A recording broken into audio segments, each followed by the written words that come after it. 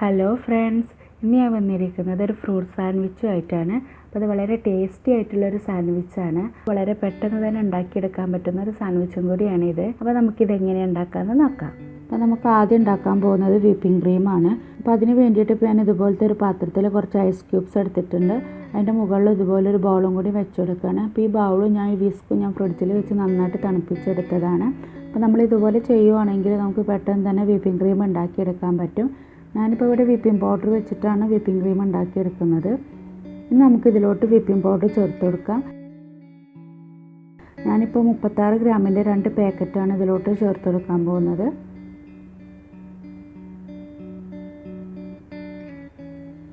പിന്നെ നമ്മളിതിലോട്ട് ചേർത്ത് കൊടുക്കാൻ പോകുന്നത് പാലാണ്. ഞാൻ ഫ്രിഡ്ജിൽ വെച്ച് നന്നായിട്ട് തണുപ്പിച്ചെടുത്ത 1 കപ്പ് പാലാണ് ഇതിലോട്ട് ചേർത്ത് കൊടുക്കാൻ പോകുന്നത്. ഇനി നമുക്കിതൊന്ന് ബീറ്റ് ചെയ്യാം. ഞാനിപ്പോൾ ഇത് ലോ സ്പീഡിലാണ് ബീറ്റ് ചെയ്യുന്നത്.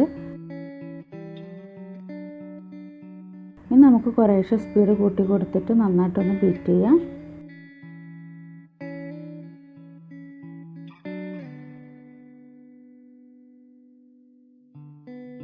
ഇനി ഞാനിതിലോട്ട് 1 ടേബിൾ സ്പൂൺ പഞ്ചസാരയും കൂടിയും ചേർത്ത് കൊടുക്കുകയാണ്.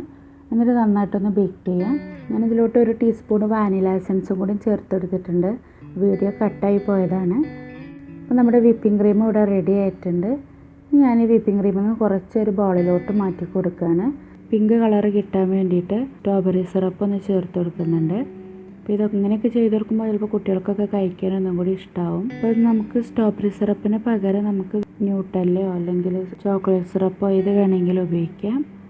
ഒന്ന് മിക്സായി കിട്ടാൻ വേണ്ടിയിട്ട് ഇതൊന്ന് ബീറ്റ് ചെയ്യാം.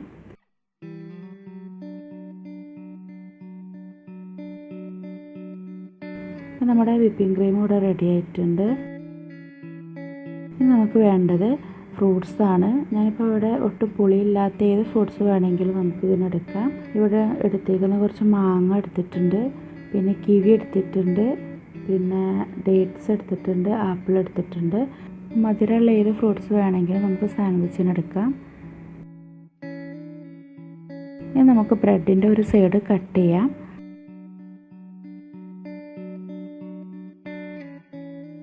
അപ്പോൾ ഈ സൈഡിലോട്ട് കട്ട് ചെയ്യരുത്. എന്നിട്ട് നമുക്കിതുപോലെ നന്നായിട്ടൊന്ന് പ്രസ് ചെയ്ത് കൊടുക്കാം.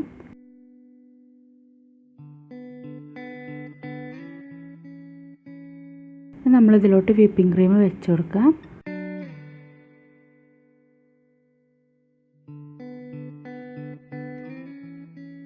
ഇനി നമുക്കിതിലോട്ട് ഓരോ ഫ്രൂട്ട്സ് വെച്ച് കൊടുക്കാം.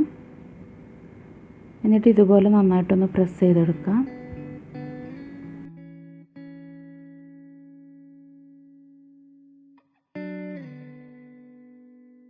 അപ്പോൾ നമ്മുടെ സാൻഡ്വിച്ച് ഇവിടെ റെഡി ആയിട്ടുണ്ട്. ഇതുപോലെ നമുക്ക് ബാക്കിയുള്ളതും ചെയ്തെടുക്കാം.